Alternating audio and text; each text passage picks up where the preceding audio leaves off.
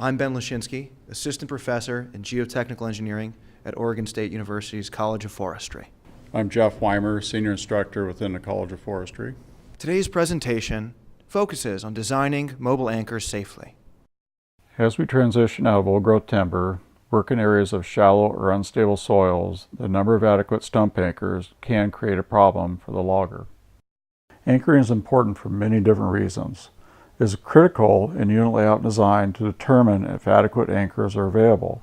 Without adequate anchors, tower stability and worker safety could be put at risk. Every year in the Pacific Northwest, towers fail. No exact records are kept on a specific number of failures, but failures can result in serious injury or death, as in the case shown.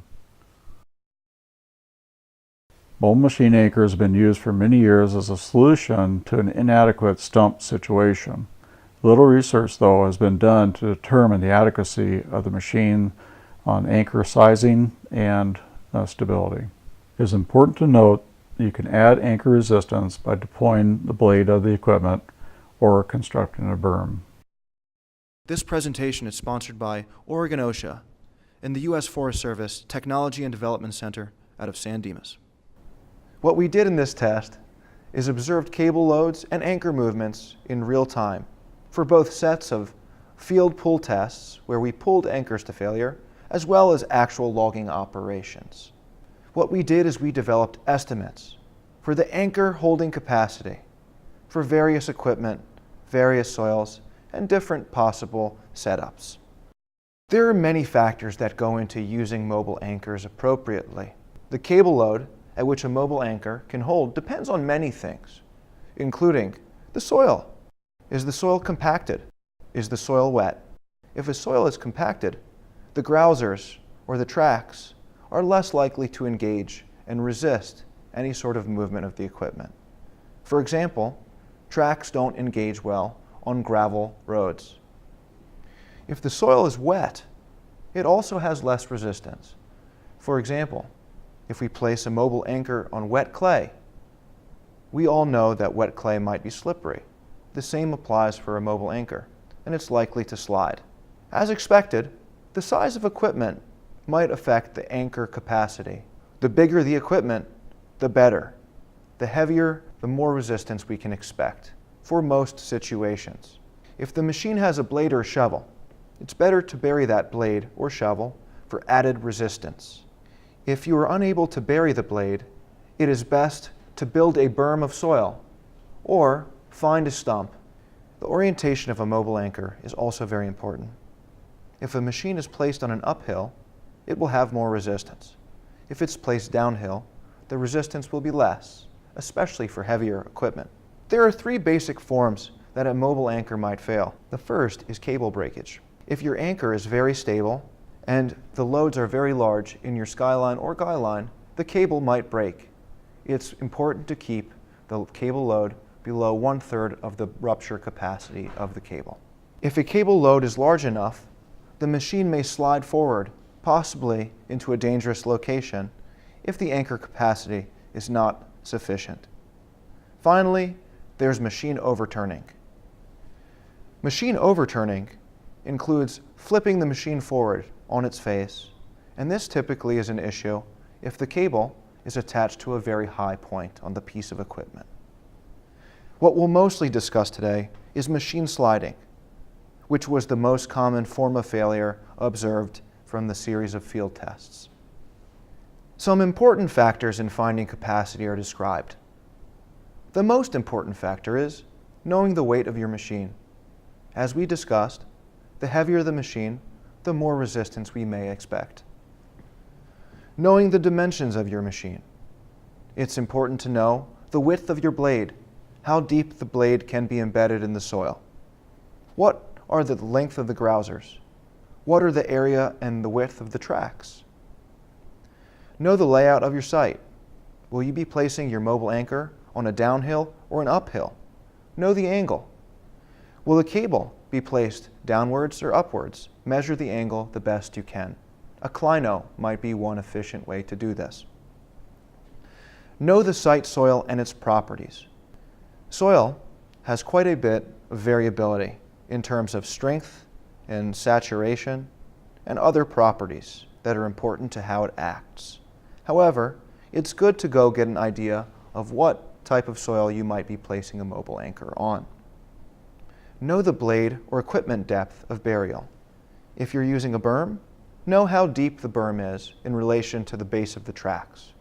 If you're using a blade, ensure that the blade is sufficiently embedded in the soil. Finally, determine the cable holding capacity of your mobile anchor so no movement may happen during operation. What was observed from field testing is that when movement occurred, it was primarily because the embedment of the blade was inadequate. For example, in one test, we saw 6 inches of blade embedment, which was not sufficient to anchor the machine from moving. Other causes were saturated soils. The soils were very wet, or tracks that were not engaged in the soil.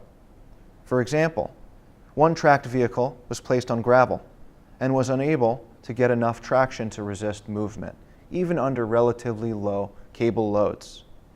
Similarly, some vehicles on wet clay or uneven terrain moved because the wet clay has a very low strength against sliding. Another possible cause is when the vehicle is facing downhill. An example could be off the shoulder of a road, a very common location for a mobile anchor. As you can see here, here is a piece of equipment demonstrating many of those principles. The machine has been dragged downhill off the side of a road on relatively wet clay. It was able to arrest itself by running into a stump. However, in some scenarios, if there's nothing to stop the movement, you can have a dangerous situation. Avoid steep drop-offs like ravines, gorges, or steep hills so the machine doesn't roll or fail catastrophically. Here, as you can see, the blade is buried quite deep. This is a much better use of a blade than having only 6 inches of embedment. This added resistance to the machine has shown from our field tests to be the major factor in arresting these machines from moving. It also adds quite a bit to your actual cable holding capacity, your anchor capacity. Basic considerations.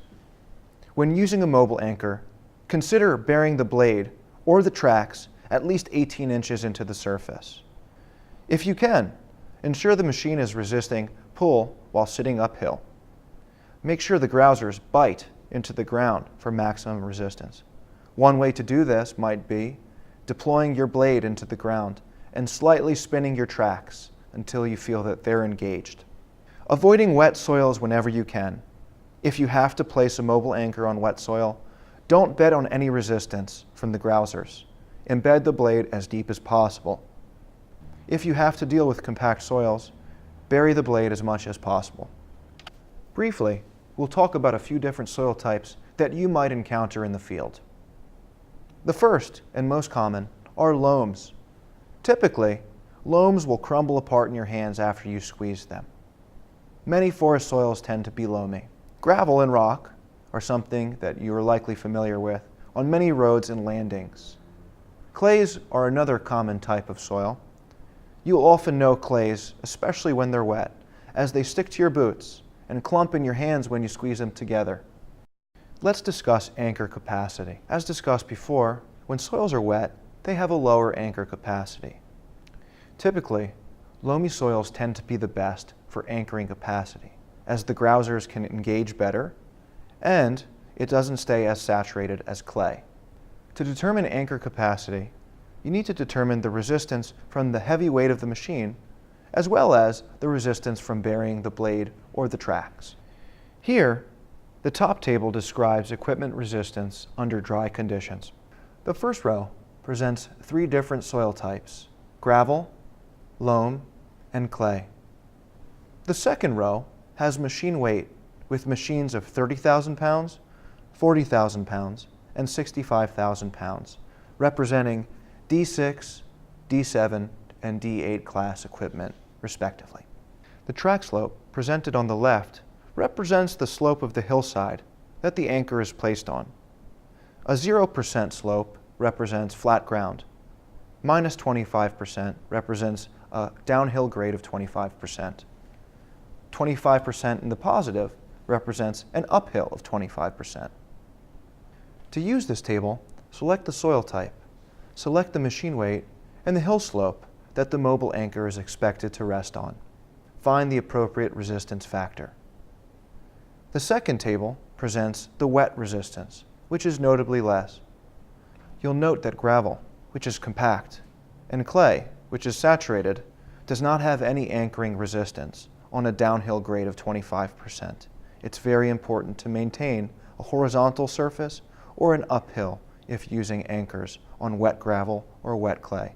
Once you find your resistance factor, multiply it by the weight of the machine, and you have your weight resistance.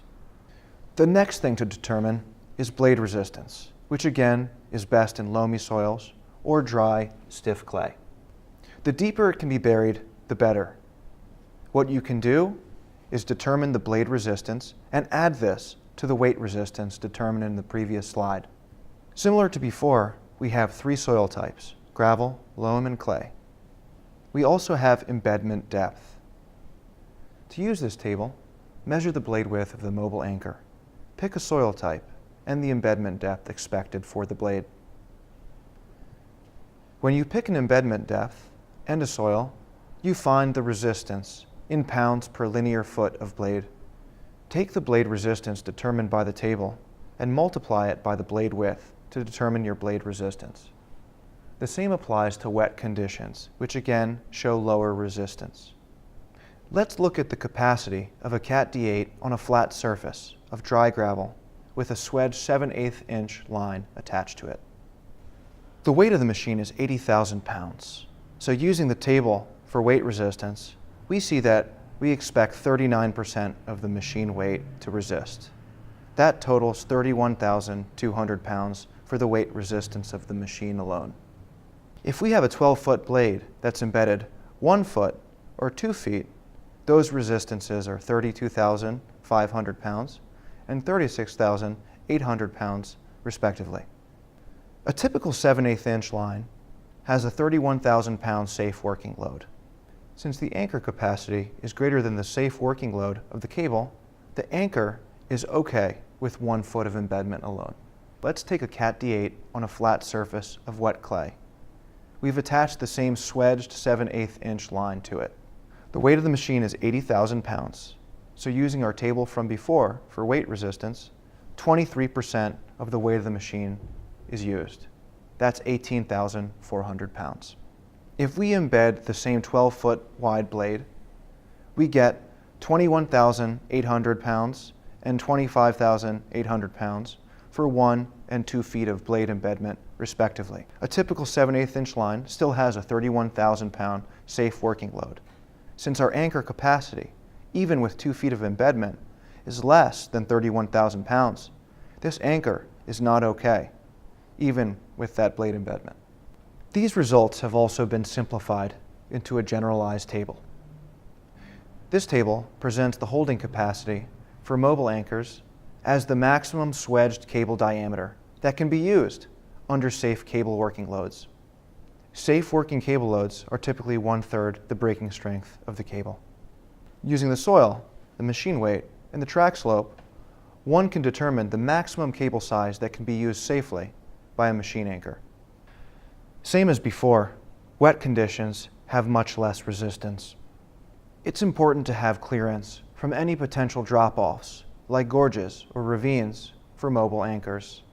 The maximum recorded movement was approximately 5 feet, but it can be larger. To avoid any problems, always ensure that the blade is perpendicular to the direction of pull and down to prevent failure. Some basic conclusions. Always know your machine and its limitations. Check anchors frequently for movement. If movement is observed, be sure to embed your blade more or move the anchor to a safer location. Always embed the blade as deep as possible. Keep the anchor attachment point low to the ground. Avoid placement near steep downhill areas in the direction of pull. Rocky, coarse soils and wet, fine soils add little traction resistance. Be sure to embed the blade and place the machine on an uphill. Only allow competent individuals to design mobile anchors. This overview is broad and should only be used for instructional purposes. Finally, the most important, stay clear and be safe. We would like to thank Oregon OSHA and the U.S. Forest Service Technology and Development Program for their kind support of this research.